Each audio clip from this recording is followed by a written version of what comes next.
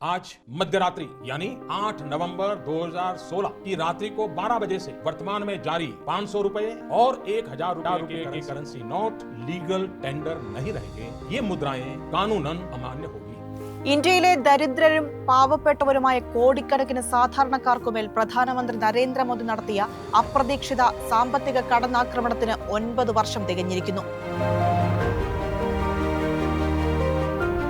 രാജ്യത്തെ സമ്പദ്ഘടനയെ ശക്തിപ്പെടുത്താനുള്ള ഏക പോംവഴി 500-ന്റെയും 1000-ന്റെയും നോട്ടുകൾ നിരോധിക്കലാണെന്ന് പ്രഖ്യാപിച്ചുകൊണ്ട് 2016 നവംബർ 8 രാത്രിയാണ് മോദി ഇന്ത്യൻ ജനതയെ വലിയൊരു ചതിയിലേക്ക് തള്ളിവിട്ടത്. യാതൊരു പഠനവും നടത്താതെ കോർപ്പറേറ്റ് പ്രീണനം മാത്രം ലക്ഷ്യം വെച്ച് നടപ്പിലാക്കിയ ഈ പദ്ധതി രാജ്യത്തെ സമ്പദ് വ്യവസ്ഥയെ തകർത്തു കളയുകയായിരുന്നു. ഇരുട്ടി വെളുക്കും മുൻപേ 500-ന്റെയും 1000-ന്റെയും നോട്ടുകൾ അസാധുവാക്കിയ ആ തീരുമാനത്തിന് കാരണമായി പ്രധാനമന്ത്രി പറഞ്ഞത് കള്ളപ്പണത്തിന്റെ അനിയന്ത്രിതമായ ഒഴുക്കായിരുന്നു. കള്ളപ്പണം പൂർണ്ണമായും ഇല്ലാതാക്കുക, കള്ളനോട്ടുകൾ പൂർണ്ണമായും നിർമ്മാർജ്ജനം ചെയ്യുക, ഡിജിറ്റൽ ഇടപാടുകളിലൂടെ ക്യാഷ്ലെസ് സമ്പദ്ഘടന സൃഷ്ടിക്കുക എന്നിവയാണ് പ്രധാന ലക്ഷ്യമെന്നും ഇതിലൂടെ രാജ്യം തീവ്രവാദ ഭീഷണിയിൽ നിന്ന് മുക്തമാകുമെന്നുമാണ് മോദി വാദിച്ചത്.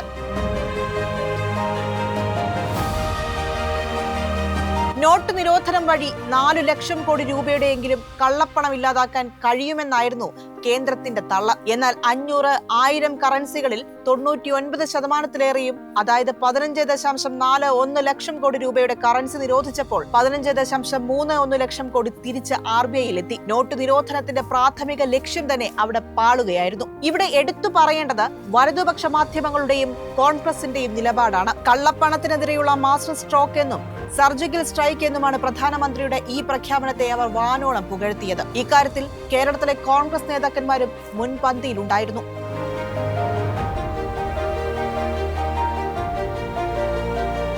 അന്ത്യചർച്ചകളിൽ സംഘപരിവാറിന്റെയും കോൺഗ്രസിന്റെയും സാമ്പത്തിക വിദഗ്ധർ നോട്ടു നിരോധനത്തെ വാനോളം പുകഴ്ത്തുകയും മോദിയെ ഇന്ത്യയുടെ രക്ഷകനായി പ്രതിഷ്ഠിക്കുകയും ചെയ്തു. പക്ഷേ പ്രഖ്യാപിത ലക്ഷ്യങ്ങൾ ഒന്നും നേടാനാകാതെ തീർത്തും പരാജയപ്പെട്ടുപോയ ഒരു തീരുമാനമായിരുന്നു ഇത്. ജുഡീഷ്യറിയിൽ നിന്നുപോലും മോദിക്കെതിരെ രൂക്ഷ വിമർശനമുയരുകയും RBI ഗവർണറായിരുന്ന രഘുറാം രാജൻ നോട്ട് നിരോധനം പൂർണ്ണ പരാജയമാണെന്ന് ലോകത്തോട് വിളിച്ചു പറയുകയും ചെയ്തു. What do you think has been the worst decision of RBI in the history? You want to be careful about decisions by the RBI and decisions that the government asks the RBI to take. In terms of specific decisions, I would say demonetization comes close to decisions, but it wasn't the RBI who the decision it was asked to take because it created a lot of hardship for people. Tughlaq പരിഷ്കാരത്തിന് തുല്യമായ മണ്ടത്തരമെന്ന് കാലം തെളിയിച്ച മോദിയുടെ അതിബുദ്ധിയുടെ പരിണിത ഫലം അനുഭവിക്കുന്നത് രാജ്യത്തെ അസംഘടിത മേഖലയിൽ പണിയെടുക്കുന്ന സാധാരണക്കാരായ മനുഷ്യരാണ്.